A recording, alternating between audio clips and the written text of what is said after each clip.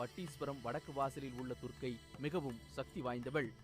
சோழர்கள் காலத்தில் பழையாறையில் அரசகுல மகளிர் வசிக்கும் மாளிகை இருந்தது. அந்த மாளிகை கோவிலின் வடக்கு வாசலில் வைத்து வணங்கப்பட்டவள் இந்த துர்க்கை. சோழர்களின் காலத்திற்கு பிறகு அந்த துர்க்கையை அங்கிருந்து கொண்டு வந்து இங்கே பிரதிஷ்டை செய்து வழிபட்டு இருக்கிறார்கள்.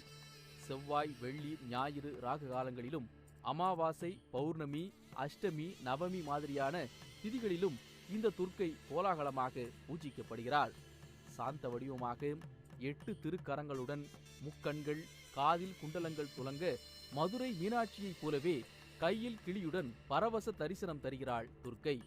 இந்த அன்னைக்கு அடிக்கடி சண்டியாகம் நடத்தப்படுவதால் அதற்கென்றே தனி மண்டபம் அமைக்கப்பட்டிருக்கிறது. புனித தலங்களான கைலாயம், திருவாரூர், திருவெண்காடு, திருசாய்க்காடு, விருதாச்சலம் போன்ற தலங்களுடன் ஒன்றாக பட்டீஸ்வரம் திகழ்கிறது.